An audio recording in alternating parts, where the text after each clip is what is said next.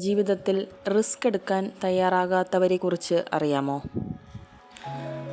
അതായത് ജീവിതത്തിൽ ഒരു റിസ്ക്കും എടുക്കാൻ ഞാൻ തയ്യാറല്ല എന്ന് പറയുന്നവർ എന്നോട് ചോദിച്ചാൽ ഞാൻ പറയും അത് മടിയത്തികളുമായിട്ട് ഞാൻ പറയും. അതേസമയം എല്ലാം ചെയ്യുന്നുണ്ട്, പക്ഷേ നേരെ സ്ട്രെയിറ്റ് ആയിട്ട് പോകുമ്പോൾ ഒത്തിരി ദൂരം പോകണം.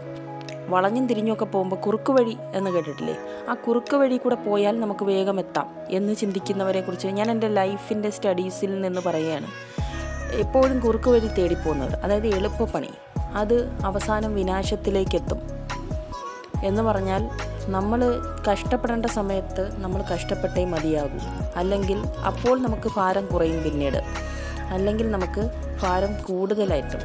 കാരണം എല്ലാ മനുഷ്യർക്കും ഒരു സഹനം ഉണ്ട്, എല്ലാം അനുഭവിക്കേണ്ടതായിട്ടുണ്ട്. അതൊരിക്കലും ദൈവത്തിൻ്റെ കൈരേഖയിൽ എഴുതി വെച്ചിട്ടുണ്ടത്. അപ്പോൾ അതൊരിക്കലും മുറിച്ച് കിടക്കാൻ ആർക്കും സാധ്യമല്ല. അപ്പം ഞാനിപ്പോൾ ചെയ്തുകൊണ്ടിരിക്കുന്നത്, ഞാൻ കഷ്ടപ്പാട് ഏറ്റെടുത്തുകൊണ്ടിരിക്കുകയാണ്. കാരണം എന്ന് വെച്ചാൽ ഞാൻ എല്ലാം തികഞ്ഞെന്ന് പറയുകയല്ല. കാരണം എങ്കിൽ റിസ്ക് കുറയും.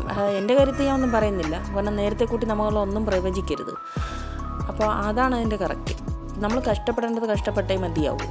അത് നമ്മളെ തലവരയിൽ വിധിച്ചിട്ടുണ്ട്. അപ്പോൾ കുറുക്ക് വഴി എപ്പോഴും നല്ലതല്ല. ചില സാഹചര്യങ്ങളിൽ കുറുക്ക് വഴി എടുക്കുന്നു. ബുദ്ധിപരമായിട്ട് നോക്കിക്കഴിഞ്ഞാൽ അങ്ങനെ വേണം കേട്ടോ. എല്ലാവരും കുറുക്ക് വഴി ഉപേക്ഷിച്ച് പാടുപെടണം എന്നല്ല പറഞ്ഞത്. അപ്പോൾ നമ്മൾ ചെയ്യണം, കുറച്ച് റിസ്ക് ഏറ്റെടുക്കാനും കൂടെ തയ്യാറാകണം എന്നാണ് ഞാൻ ഇതുകൊണ്ട് പഠിപ്പിക്കുന്ന പാഠം. ആർക്കെങ്കിലും എതിര് പറയാനുണ്ടെങ്കിൽ കമൻ്റായിട്ട് പറയുകയോ മറ്റോ ചെയ്യാം. ലൈക്ക് അടിക്കാതെ പോകല്ലേ. Thank you.